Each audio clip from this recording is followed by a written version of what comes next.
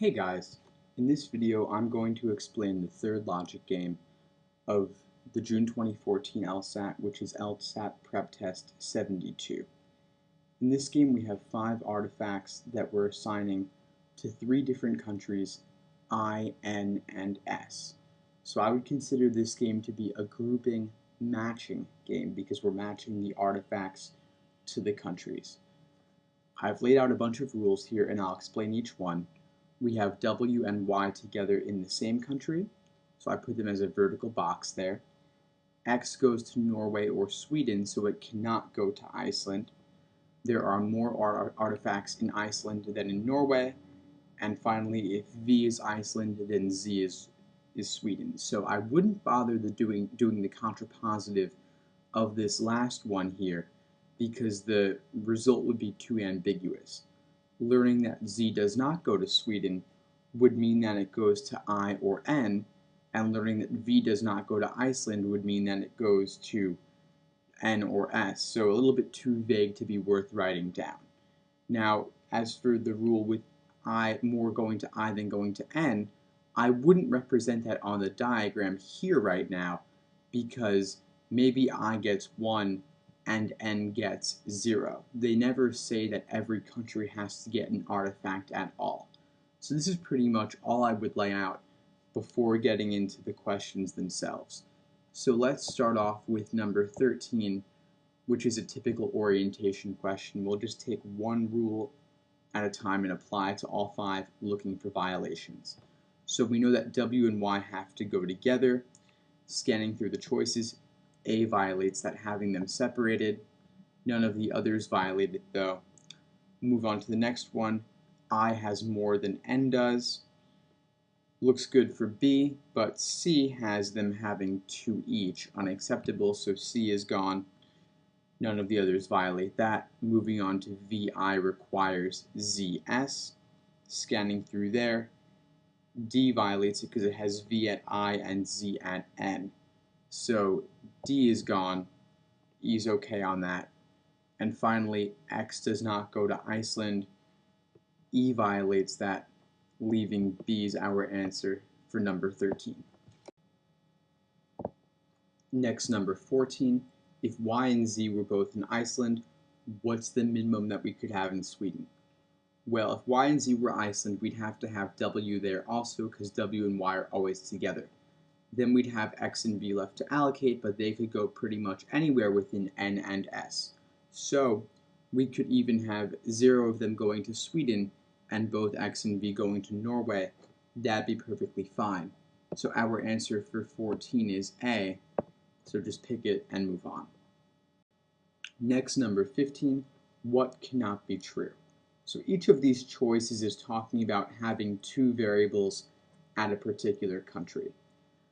You could just run through all 5, but I prefer to be a bit more strategic about it and look towards what's least likely to be possible. In this case, I would say that's having 2 things at Norway due to the rule that we have to have more at Iceland than Norway. So if Norway had 2, Iceland would have to have 3. So let's look at the Norway-related choices. We've got A, V, and X both on Norway. If V and X were both on Norway, let's put that down and see what would happen. If we had V and X on Norway, then we'd have to have W, Y, and Z on Iceland. That works out perfectly fine, not really any issues there, so A is okay. Looking at E, W and Y on Norway, what does that do? If we had W and Y on Norway, then we'd have to have everything else being V, X, and Z on Iceland. And having V, X, and Z on Iceland is a problem because VI requires ZS. For that reason, E is going to be our answer. It's impossible. So what you really want to be thinking about here is, if you could have predicted to this level of specificity, you would say, okay, since having 2 on Norway requires 3 on Iceland, your Norway-related choice would have to mention V in order to be possible, because if Iceland had the V, then Z would have to go to S, but with 3 Iceland, 2 Norway, there is no room to have anything at all at Sweden. But there's no reason you would think of that up front. I would just try out A and E. Next, number 16, if both W and X were on Sweden, then what must be true? So of course Y would have to go there also, since W and Y must always go together. Then we've got V and Z left to allocate. And remember, we've got to have more on I than on N, so we can't have one of them on I and one of them on N.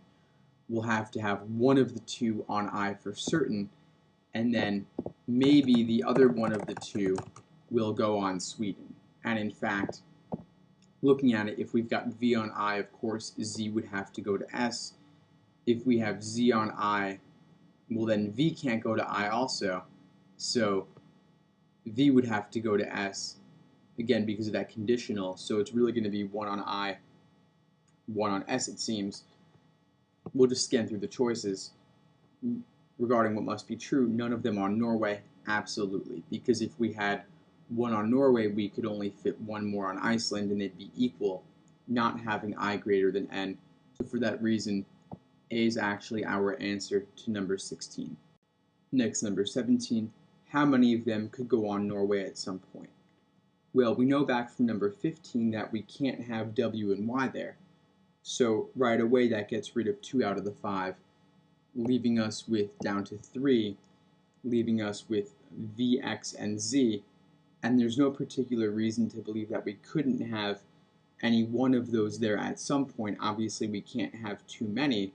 We know from choice 15A that we could have both V and X there, so that already gives us at least 2, so A's gone here, and there's no reason to think that we couldn't have Z there at some point as well.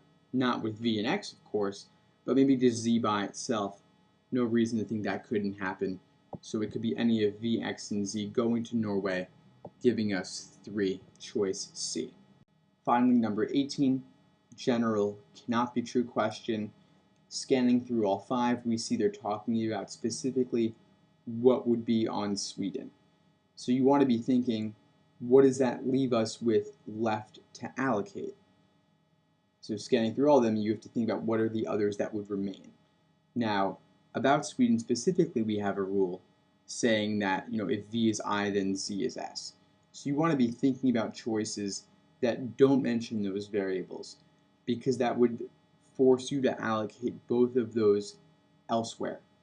So looking through them, I see that, one's not mentioning any of them. We really only have choice C, W and Y on Sweden, so I would start there. So if we put only W and Y on Sweden and no others, we would still have V, X, and Z left to allocate. And where are those guys going to go? Well, if V was on I, Z's on S. Obviously, we have no room for that right now, because S has got only W and Y and nothing else.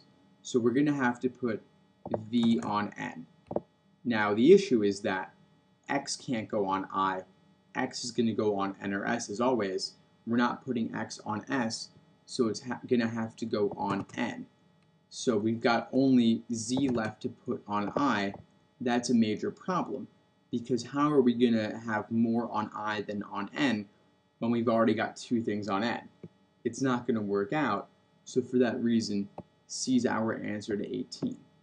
Obviously, you wouldn't necessarily take this approach up front when scanning through the choices, so you might just have to work through all 5 if not, which is going to be a bit more time consuming. But this is the more efficient way to approach this question, and that's the game.